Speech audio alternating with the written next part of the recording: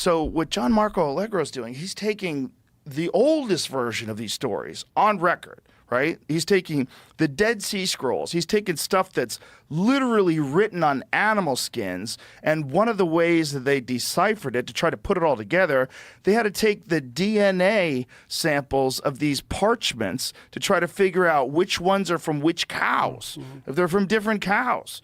And that's part of the way they figured out how to put all the stuff together. He was the only ordained minister that was a part of this deciphering committee. I think there was 14 people. I don't remember how many people. It might have been 20.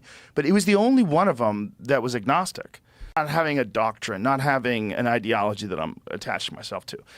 And so then when he goes through all of this is a straight-laced scientist, by the way. This is not like some guy looking for psychedelics to be a part of. He wasn't doing that at all.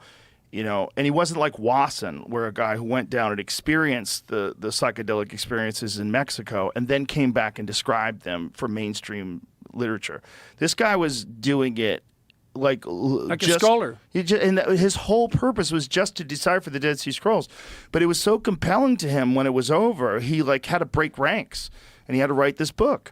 And then they took that book out of circulation, I believe. Find out what happened with the Sacred Mushroom and the Cross, how it was, because he published another book shortly afterwards that was the Dead Sea Scrolls and the Christian Myth. And I think it felt to me when I read that one, it's almost like he has to write a book because they took the other one away. Because it was kind of like saying most of the same stuff.